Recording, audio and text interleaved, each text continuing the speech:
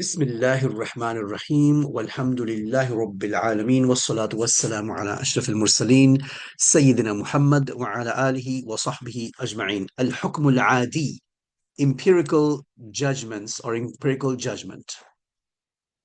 Let's look at empirical judgments. We have already gone through an introduction to empirical judgments. Now it's time to roll up our sleeves and take a deeper dive. An empirical judgment is to confirm a connection between two things through the means of repetition of events or experimentation. While at the same time, okay, I'll come back to this in just a second. Let's first look at this one. It's to confirm a relationship, a connection between two things through the means of repetition. Every time I let the ball go, it drops. So it has repeated at least twice. Or through experimentation, I found that whenever I do something, whenever A happens, B happens. Compare this to the rational judgment, which is to mentally judge something to be true or false without repetition of events or experimentation or the legislation. Okay. So empirical is totally dependent on something you observe or you experience through the five senses, and it's repeating. Okay. The key word is repeating. It must be repeating. If something happens only once and never happens again, what is that? That will require further investigations. It could be empirical or it could be a miracle. All right, so that was the first part, right? Not using your mental. You sit in your room, you quietly thinking. No, that's not how al-hukm al-adi works. Al-hukm al-adi does not work that way. It's not about you mentally thinking about something. Now, here's the second part. And this part is a little philosophical, a little deep, so it requires a little bit of careful uh, processing, while at the same time recognizing that non-occurrence of the connection is rationally conceivable, mumkin aqlan, as well as to confirm that neither has any causative effect on the other whatsoever. So there's a little to unpack here.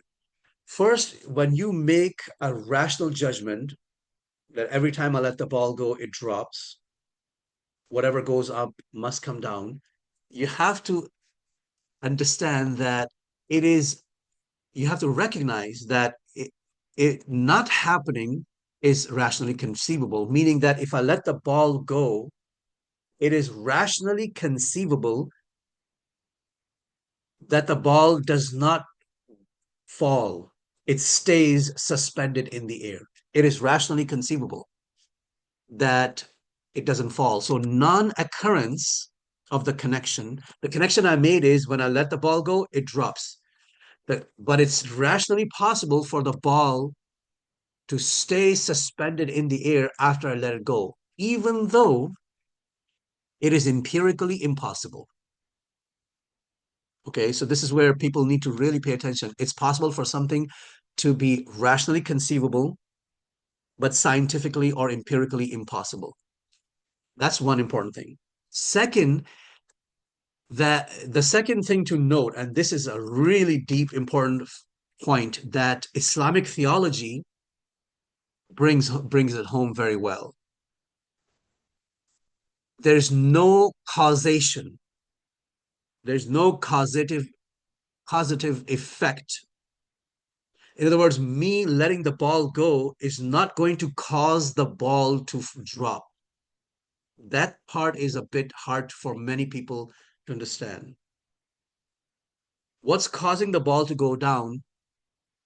Well, scientists will say, well, it's gravity. But what's causing gravity?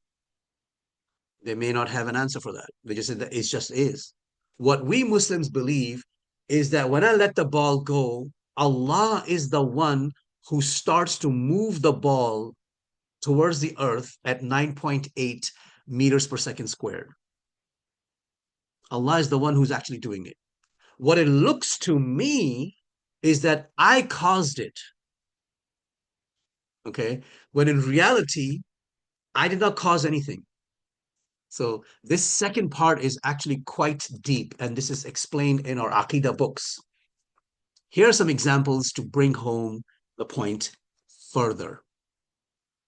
When I eat, I get satiated. I'm satisfied, I'm full.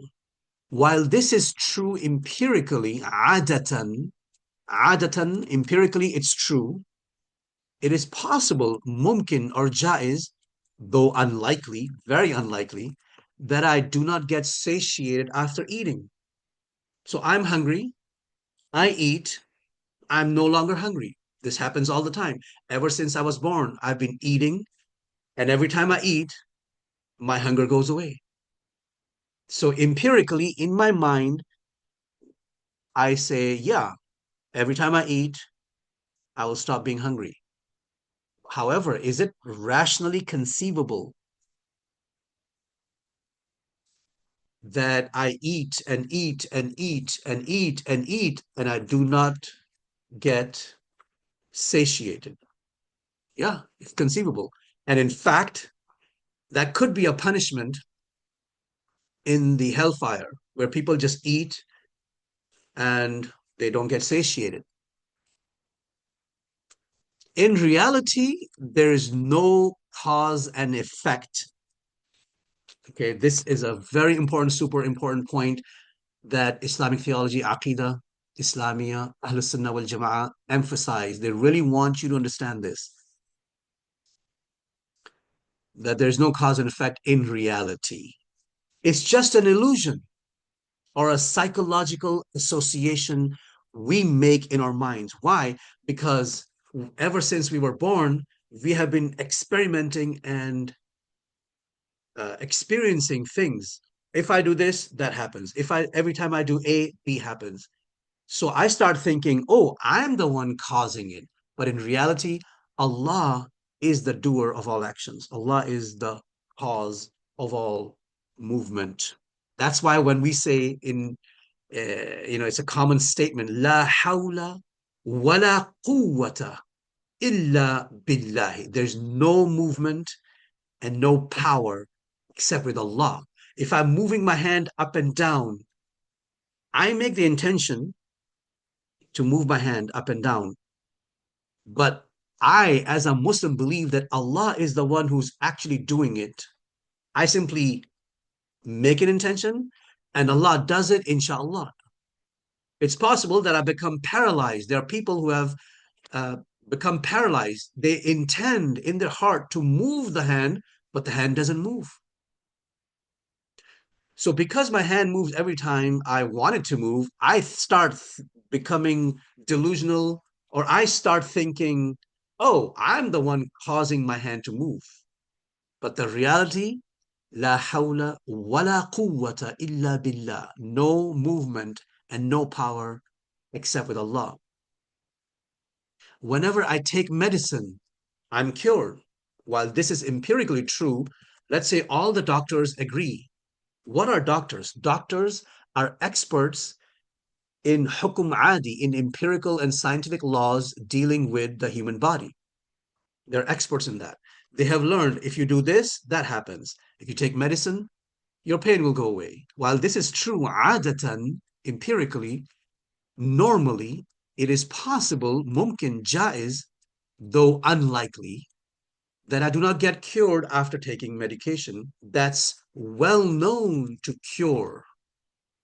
In reality, there's no cause and effect. It's just an illusion. It's a psychological association we make in our minds. When I take medication, Allah is the one who cures me, not the medicine. If I believe that the medicine has intrinsically, it has an intrinsic or innate ability to cure me, that's not true. Medicine does not have any intrinsic ability to cure me. That this is what the Muslim believes in. This is what the Muslim believes in. So why do I take medicine if I don't believe that it has the ability, intrinsic ability to cure me? Because it's the sunnah of Allah. The norm that Allah has created in this world is that He wants us to take the medicine, but wants us to believe that Allah is the one who's curing, not the medicine. We do not worship the medicine. If you believe that medicine is curing, not Allah, that's shirk. That's shirk, actually. We always remind ourselves, Bismillahir Rahmanir Rahim. La shafiya illallah. La shifa'a illa min Allah. There's no cure except from Allah. But Allah wants us to take the medicine, but believe that Allah is the one who's curing. The sun rises in the east every single day. If I ask you, where will the sun rise from tomorrow? All of you with a sane intellect should say it will rise in the east. That is true. How do you know it's true? Do you know this to be true rationally? No. You know this to be true adatan, empirically. It is possible, mumkin jaiz, though unlikely, that the sun may not rise tomorrow in the east. It may rise in the west. In fact, the Quran implies that one day the sun will rise in the west. Now, if you worship science, if you don't believe in God or your iman is weak, you will laugh. You'll say, what, are you crazy? The sun always rises in the east. It's scientifically impossible for the sun to rise in the west.